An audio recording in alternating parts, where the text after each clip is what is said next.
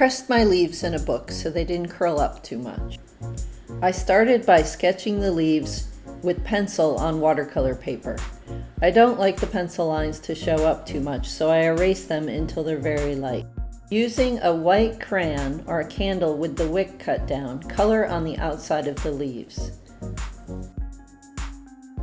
It's important to press hard. If you hold your paper at an angle, you'll be able to see where you've colored. Set this aside to mix the colors. I'm using liquid watercolors and a white ice cube tray. Mix yellow and red to make orange, yellow and blue to make one light green and one dark green. Mix yellow, red, and blue to make brown. Make sure that you've only colored outside the leaf with the candle or crayon, not on the leaf. I suggest working on one leaf at a time. The first step is to paint the leaf with clean water. You want to be able to see the paper glistening with puddles of water. Not big puddles, but enough water that it hasn't completely absorbed into the paper.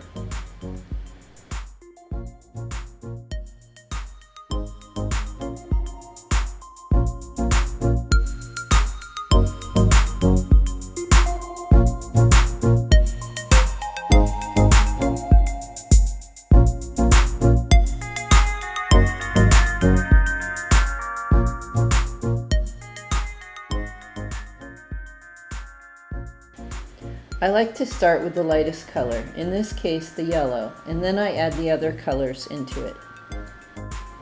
This is called wet on wet technique. I'm not using water on my brush now, I'm just dipping it into the liquid watercolor. You should have enough water on your paper that the colors are flowing into each other, but if you have too much water, your colors will look diluted. So here I'm just using a paper towel to dab up some of the extra water. You want to just dab the color on and not mix it on the paper too much, but you can let the colors blend together on the edges, like on the real leaf.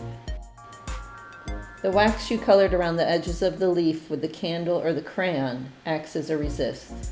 This means you can paint right up to the edges and the watercolor won't go outside of the leaf. Be careful not to tip your paper to prevent your colors from running together.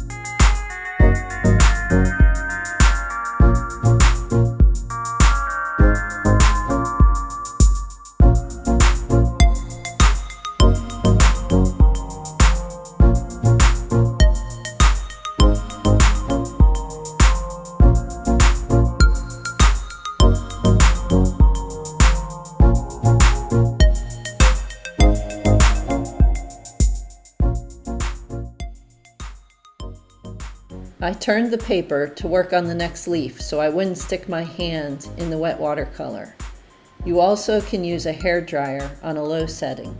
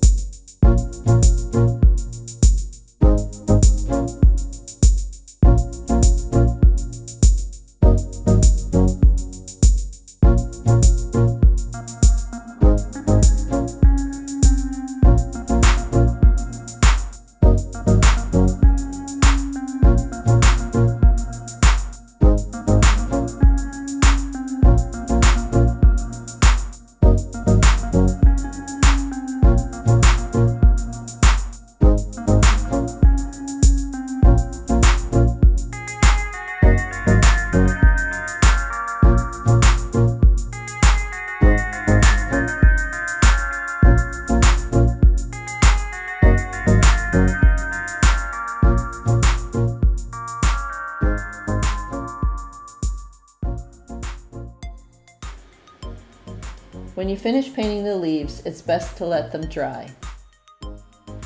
You can use a hair dryer on the low setting.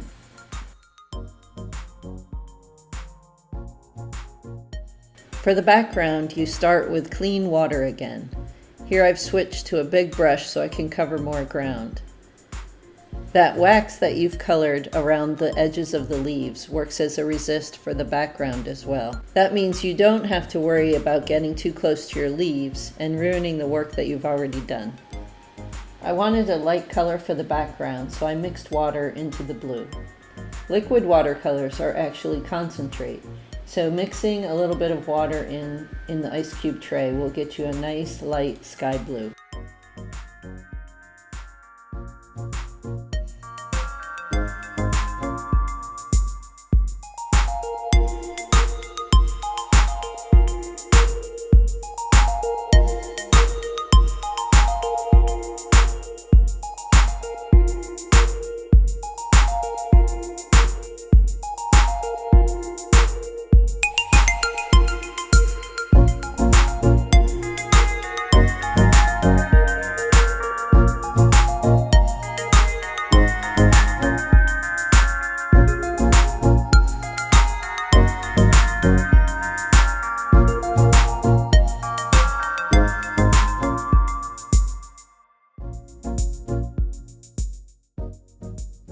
Here I sprinkle some salt into the wet watercolor.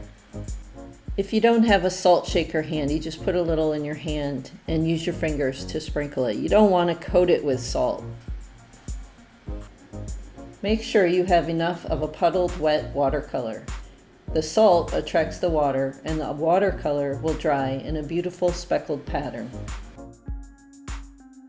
After everything dries, you can choose to add the veins of the leaves with colored pencils. I like Prismacolor pencils, but any kind of colored pencil will work to draw on top of the dried watercolor.